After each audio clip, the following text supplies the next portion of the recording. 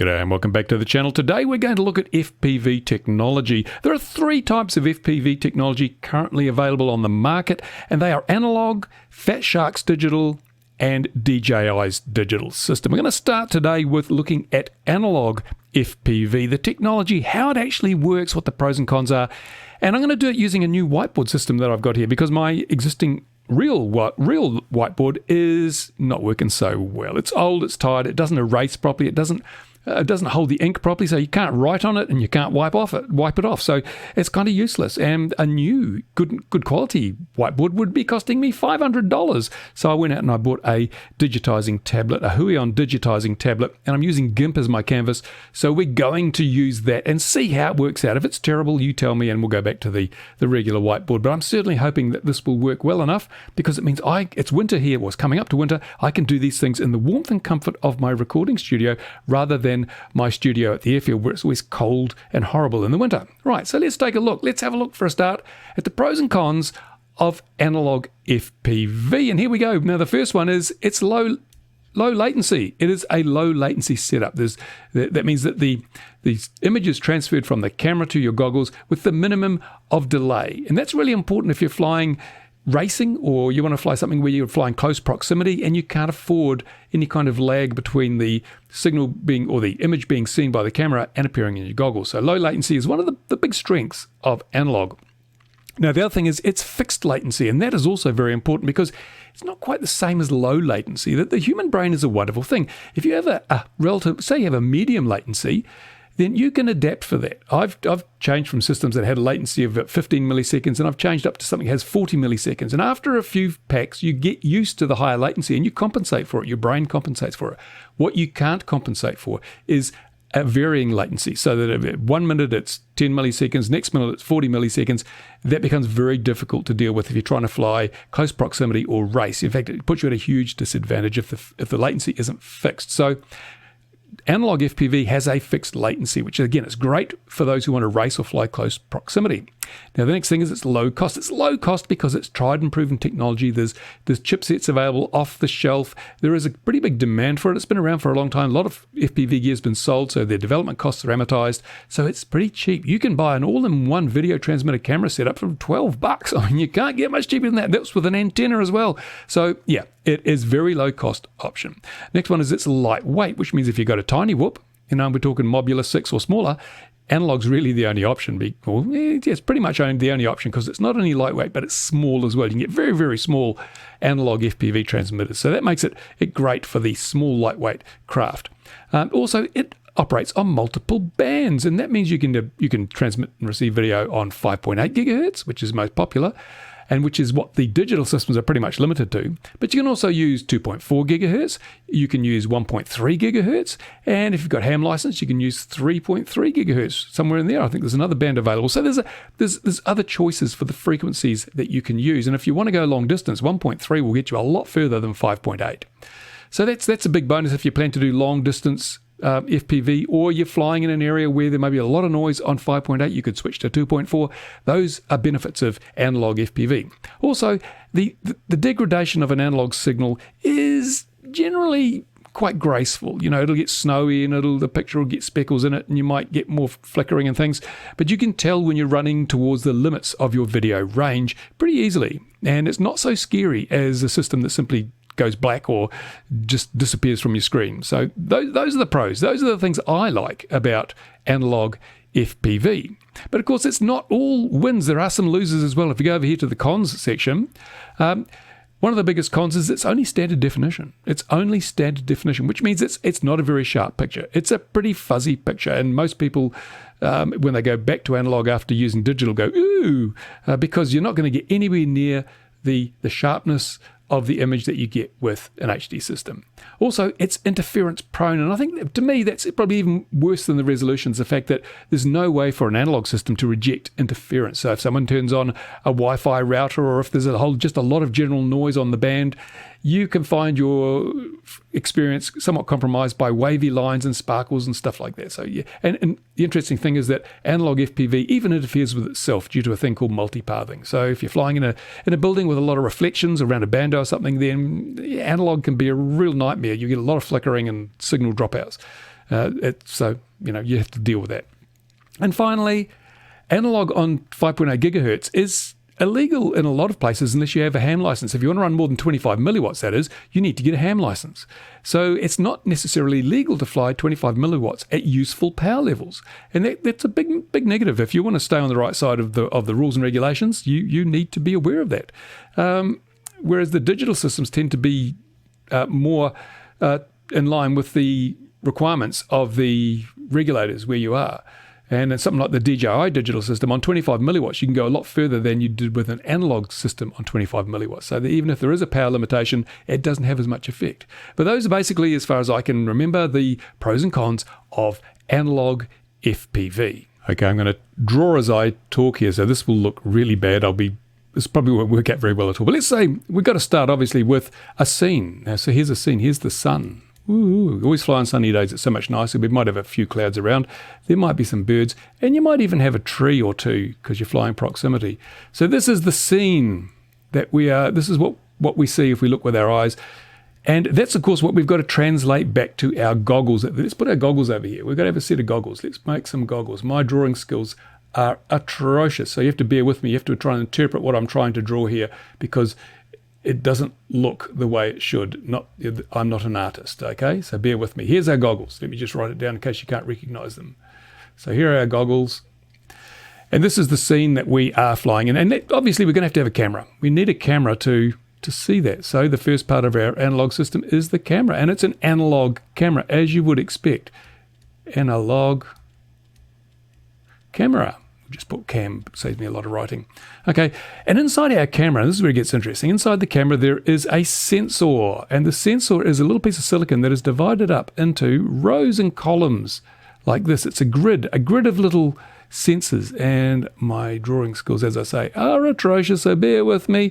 And there's a lot more than this. I have simplified this because I'd be here all day drawing them. So we have rows there and columns here.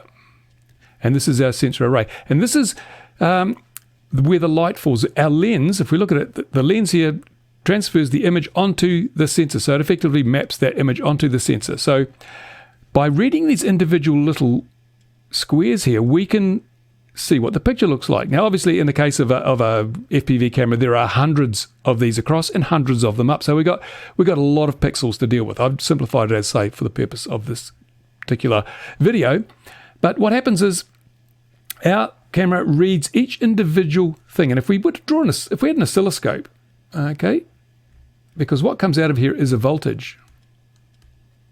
Each of these individual pixels creates a voltage, and those voltages are read. So effectively you get something like this, where you might have a voltage here, and the next voltage might be down there, and the next voltage might be up there, and then down here. So, and of course, they will be joined up. And this is, on our oscilloscope, this is time, and this is volts. So this is voltage over time. As this scans across, the sensor picking up all these voltages and putting them out the wire, which has the video signal, we get a signal like this, which is really just a varying voltage over time. That's what we see. In fact, here is a picture, or here's a oscilloscope image showing you just this. And you notice what we're seeing there is one scan line, one row from our camera. And if I change the frequency of the oscilloscope a little bit, you can see multiple rows from the camera. They all look very similar because they're very closely spaced. But that's it. That's the voltage coming out. It comes out, each row comes out as a wiggly line. You get multiple rows, and those rows are built up into what we call frames. So here we go. We've got an analog voltage. The video signal is an analog voltage over time. So voltage over time. There's the voltage, there's the time on our oscilloscope. Super, super simple. And that goes into a video transmitter. We're all familiar with VTX. Video transmitter, that voltage goes in there. And out of the video transmitter comes an RF signal. It goes into an antenna. That's the signal for an antenna. So that then broadcasts across the ether to another antenna, which is part of our video receiver. Connect up to a video receiver. VRX, and that is connected to our goggles. Now, in most cases today, these video receivers are actually built into the goggles, but I've drawn it as a separate box because it's a separate functional element. Although normally it'll be in the goggles, and the goggles will have antennas on them. It might be a patch on this side, whatever. So that's how things normally work. So this broadcasts its signal across the ether to there. And that's what we're familiar with. But what's happening here, we've got this analog voltage here, this camera voltage going into our video transmitter. How does that get turned into a radio frequency signal that's broadcast here? And how does it get turned back into a picture on the goggles? Well, it's kind of simple, really. There's a thing called a VCO. And a VCO stands for voltage controlled oscillator. Excuse my spelling. Oscillator? I don't know. So it's VCO. And that is an input that comes from our camera effectively. And that input is a voltage that goes up and down. It's this voltage here going up and down over time. So the voltage going in here goes up and down over time. And out of here comes a frequency that goes up and down in concert with that voltage. So as the voltage goes up, the frequency goes up. When the voltage goes down, the frequency goes down. So we've turned our voltage into a frequency, and that frequency goes back in here, and there's an amplifier in here. I'll just draw a picture for an amplifier, because we're typically talking just a few milliwatts, maybe microwatts. This produces very little power, so it gets amplified up to the signal that comes out the antenna, which can be anywhere from 25 milliwatts up to 1 watt or more, depending on your video transmitter. So the amplifier takes care of that. But the VCO is inside here, and it does the conversion between an analog voltage and a radio frequency signal that varies. It's modulated in frequency by that changing voltage. So we have an FM radio signal, goes from this antenna across the ether to the antenna on your goggles or on your video receiver. But what happens next? Okay, in here we have an amplifier. There's a little amplifier, the reverse of this amplifier here, because when we're talking, let's say we're talking 25 milliwatts, and if you're 100 yards or 100 meters away, that means that most of that 25 milliwatts has just disappeared into the ether. It's just been absorbed by the environment. So you actually end up with tiny, tiny levels of power here, or voltage. In fact, if we looked at it, it would be around about 1/1,000,000th of a volt, or maybe a bit more than that, to go down to about as much as 1/1,000,000th of a volt, 1 microvolt. So that's a tiny amount of voltage. So we need this amplifier inside the video receiver to boost it back up to a useful level, something we can do something with. Once it's been boosted up, it comes out of here and it goes into one of these circles again. I remember actually, it doesn't actually come out. This is still all happening inside the video receiver. But this here, I'll put a D on it, because it is what we call a demodulator. And what a demodulator does is exactly the reverse of our VCO. Our VCO in this case is acting like a modulator. So it's varying the frequency of the radio signal in concert with the voltage. It modulates the frequency as a result of the changes in voltage. This end, we need to do the reverse. We need to turn this varying frequency, so one of the inputs is a frequency that goes up and down, because that's what's being sent, and it puts out a voltage that goes up and down. That's what it does. It does the reverse of that. So this is our modulator, the VCO is our modulator, this is our demodulator. The whole process is reversed. And so out of here comes a voltage that's going up and down in concert with the frequency. And in fact, if we were to get our oscilloscope and hook it on this line, which connects the screens of our goggles to the video receiver, we would see a copy of the voltage that came out of our camera. It's as simple as that. This is the same as that. So everything in between is just transparent at this stage. It's just there to get this voltage coming out of the camera to your goggles. And that's all it does. That's how the analog system works. And you might think, wow, that's really cool. That's fantastic. So what's the problem? Well, of course, one of the issues we have here is that the video receiver is really, really simple. It is stupid dumb. An analog receiver is stupid dumb. It'll receive anything, any frequencies, and convert them into a voltage. Any frequencies on the channel that you're tuned to will be amplified, converted into a voltage, and sent out to your goggles. And that means that the signal from your video transmitter it'll reproduce. If we have the image over here, let's see what we'd see in our goggles. We would see the sun, the clouds, the bird, horizon, and the tree in our goggles, just like over here. This would be appearing over here, right? Simple as. But unfortunately, as I say, these are very dumb receivers. So what happens when we have someone nearby turns on a wireless router on the same frequency, and it bing, bing, bing, bing sends out a signal? Bit of a problem, because our receiver will pick up not only the signal we want, the intended signal, but it'll pick up the unwanted signal, the interfering signal, and it will turn that signal into a voltage, and it will superimpose it on the signal going to our goggles. So what we'll actually end up with, most cases, you end up with lines across your picture. That's the interfering signal, because the receiver can't differentiate. It can't discriminate between what you want and what you've got. It's totally dumb. And then there's other problems. Let's say you're flying a bando. Here is a bando, huge bando building like this, right? Some of the signal from your video transmitter will bounce off that building and come down here. So now you've got one path here, which is the primary path for your video signal, but you've got a second path, the reflected path. So that's where this term multipathing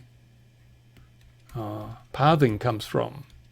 And we all know about that. And in analog, multipathing means there's more than one path for the signal to take. It takes the direct path and it takes a reflected path. And again, the receiver can't tell the difference between what you want and what's additional or what you've got. Now, we use circularly polarized antennas, put a CP here, circularly polarized antennas, because they're a passive way of reducing the strength of that reflected signal. They will be more, the direct signal will produce more voltage in the antenna than the reflected signal. So it will attenuate the effect of these multipaths to a degree, but it's not perfect. It still allows some of that signal through. That signal still amplified and it still appears on your goggles. And what happens is sometimes the signal will reinforce the initial signal or the intended signal. Sometimes it will cancel it out. So that's why you get flickering and flashing when you get multipathing. The receiver can do nothing about that. Having said that, there are some systems such as rapid fire. Let me write that down. I'm running out of writing. It's too late in the day. Rapid fire and other systems, what they do is, of course, we have two receivers, and it just pulls the best out of each, and therefore it compensates, it mitigates to a degree the effect of some of this multipathing interference and some of this other interference. It can just pick the better of two signals, and because you've got two receivers with two antennas in different places, sometimes one will get a better signal than the other. So it will reduce the effect of some of these things, but it's still not going to eliminate this kind of interference or multipathing. So rapid fire is a help, but it's not going to eliminate the effect of interfering signals. And so that's analog. That's what we get. And we should also talk about what happens when we start running out of range. If we look at our received picture on our screen, what actually happens here is on this signal here, our voltage out, as we get less and less signal from our video transmitter, we get more noise. And you probably notice that when you listen to a radio signal on a walkie-talkie or on AM or even FM radio. As the signal gets weaker, you get a hiss in the background. You can hear the hiss coming through, certainly on AM signals. You get a hissing noise. And what that is the noise, just the general noise in the universe, starts becoming louder than the signal you're receiving. So the noise starts to obliterate. So if we looked at that, we'd see little tiny noise things appearing on our signal. They appear on our screen as snow. We get little dots appearing, and when you're flying analog, you notice that it starts getting snowy and the picture becomes less easily discerned because the snow is getting louder than the original signal.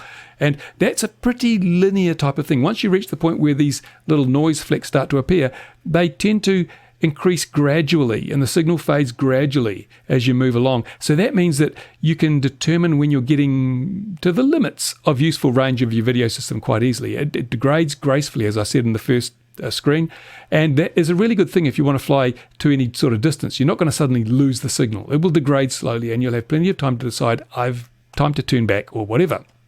And also, because it's low latency, if you do lose the signal because for whatever reason the signal is blocked, you fly behind a tree or something just temporarily, when you fly back out, it instantly receives the signal, you instantly get your picture back. There's no reboot times or anything like that. It's all totally instant. That's partly because of that low latency. Remember we talked about latency being low with an analog system, and we'll talk about why that is.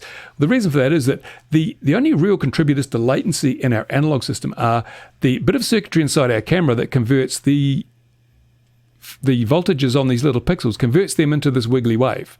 That's one source of latency, and at the other end, where we have this system here converting a wiggly voltage into a display on our goggles, there's another set of latency here. So those are the two sources, and they are fixed. It doesn't matter how complicated the picture is, it doesn't matter how bright or dark it is, or how far away you are. The camera always takes the same amount of time to create a wiggly line out of the image that falls on the sensor. And that's typically anywhere from less than 10 milliseconds to 15 milliseconds with a decent camera. It's not a big amount of time, and it's fixed. It doesn't change. By the same token, at the other end, the amount of time it takes for your goggles to turn that wiggly line there into a picture is also fixed. It doesn't change. So you have not only a low latency, but a fixed latency, because nothing in between changes at all. The video transmitter takes exactly the same amount of time. The video receiver takes the same amount of time. Everything else is constant. The only variable is the distance between your video transmitter and video receiver, and that makes so little difference because the latency introduced by distance is 1 nanosecond per foot. So every foot of spacing between your video transmitter and your video receiver adds a nanosecond to the latency. That's 1/1000th of a microsecond, 1/millionth of a millisecond. So obviously if you're 1,000 feet away, you're going to have 1 microsecond of latency, and you're never going to notice that. That is it. So distance makes no, unless you're flying to the moon or Mars, which is most unlikely because that's beyond visual line of sight and not allowed by law, then the latency caused by distance is nothing. However, if you're flying on Mars, there's quite a bit of latency. So that's basically how that works. That's how all these things work. That's that complicated looking diagram there. I hope you've understood each step as I've gone through it, because it's not that hard when you look at it in isolation. And I will be doing the same for the Fatshark system, and I'll be doing the same for the DJI system. So by the time you've watched all 3 videos, you'll have a pretty good understanding of how these systems work, what their strengths are, what their weaknesses are, and why you might choose one over the other. So yeah, I hope you've enjoyed this. Now, I'd like to thank my Patreon supporters because they make this possible. Always like to give them a bit of a shout out in every video, because it's thanks to Patreon that I don't have to run those horrible mid-roll ads that ruin your viewing experience, and I don't have to yield to commercial pressures to shill for products and put affiliate links in my description. So there you go. And there was something else I was going to mention, but I've completely forgotten it, so we'll have to look at that later. I'll mention it again in another video if I remember it. There you go. That's basically it, folks. That's how analog FPV works. That's the technology. And if you've got comments or questions, go to the comments section on this video. I try to read all the comments. I try to respond to all the questions. And stay tuned, because the next 2 videos are even more interesting if you like this kind of stuff. Thanks for watching, guys. Bye for now. Okay, so let's take a look at some of the things I was talking about with analog FPV. This is a pretty good analog FPV picture. As you can see, it's pretty clear. There's not a lot of interference or glitching. The colors are vibrant. This is what you can get out of an analog system if you set it up right and you're working in good conditions. Now, this is an example of how analog fades. Notice the snow, the levels of snow coming and going, but it's pretty progressive. It's not, you feel comfortable flying through this level of signal loss as you're getting a bit of distance on. Comes and goes, and it's quite flyable. Now, this is multipathing. Now, you notice the flickers on the screen here. We're flying in front of the hangars at the airfield, so a lot of that flickering are the reflections off the hangars, because it is quite close range. We're only talking about 50, 60 meters here, but that flickering is the signal bouncing off the hangars and interfering with the main signal, the primary signal path. So those are the things you get from analog.